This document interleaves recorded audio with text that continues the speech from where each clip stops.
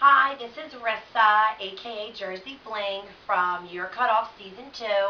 I just wanted to give some final thoughts about the whole experience from the first episode to the finale, and for you to get to know RisSa a little bit better than, just the episodes on the show, and let you know a little bit about who I am and what I'm about. If you did your homework, you know that my occupation is a fashion designer. I've been a fashion designer forever, and I went to the Fashion Institute of Technology in New York, and I received my bachelor's in fashion design, and I worked for many famous designers and interned at many famous design houses. And through the privileges of my parents, I was able to open up my own label in late 2009 and debuted my Spring 10 collection, RisSa. And it's been a very long journey and a lot of hard work. And you definitely, money doesn't buy experience. And I've, paying my dues and working my way up through the industry to hopefully become an established designer that I've always dreamed of being.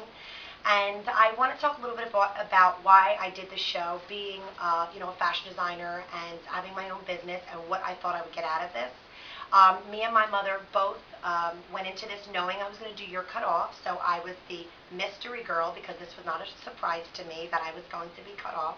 But I feel like the reason why me and my mother did Your Cut Off was a little bit different than, the usual reasons maybe of being cut off. I definitely wanted to see if I can, be independent without having my team and having my mom there to pick up after me and, keep everything together for me and make sure everything's, going right and, kind of to see if I could survive on my own.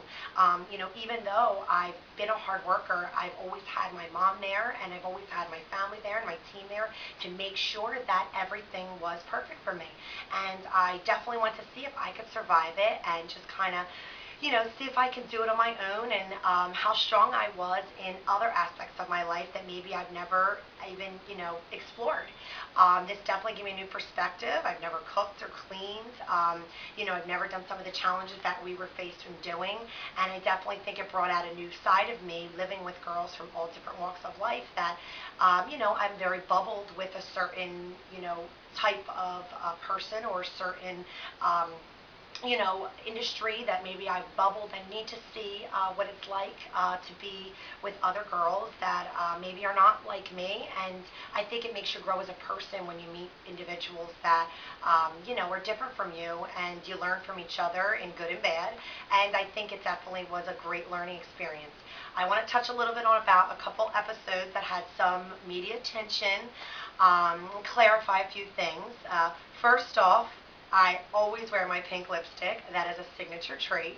And for all fashionistas that want to be a fashion maven and expert, as I have been growing and dedicating my life to be, you'll know that you cannot follow the seasons. The seasons follow you. You do not follow the seasons. I've been wearing my pink lipstick forever, and I won't tell you how many years, and I just changed now to a new MAC lipstick called Sheen Supreme, and that's my new pink lipstick, and my other one was MAC Girl About Town. For a lot of people that contacted me saying they love the pink lips.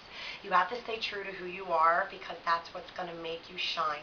You can never follow the crowd, and that is one of the things I'm going to start as my fashion career keeps building and growing is, making sure everyone knows to set the trend. If you don't know how, I want to be able to show you ways that you can do it, maybe on a smaller budget.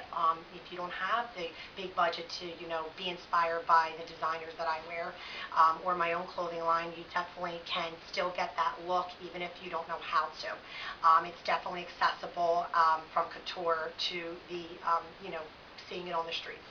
And I definitely want to say that being privileged allowed me to become an inspired designer. Being exposed to the high-end labels when I was younger, it really opened my eyes to quality and how I wanted to make a woman feel, because that's how they made me feel when I put them on. And so, having the privilege definitely opens up opportunities and, totally new horizon that enriches a person and that I'm very grateful for. But then there's also always a backside to any, good side that, you're always, you don't know anything else but a certain level. And I think that this experience opened my eyes and enlightened me to different ways of living. and I think that that's a good thing. And another thing I want to touch on in one of the episodes was me explaining about I would not, talk to anyone else that wasn't an Ivy League or of a certain class.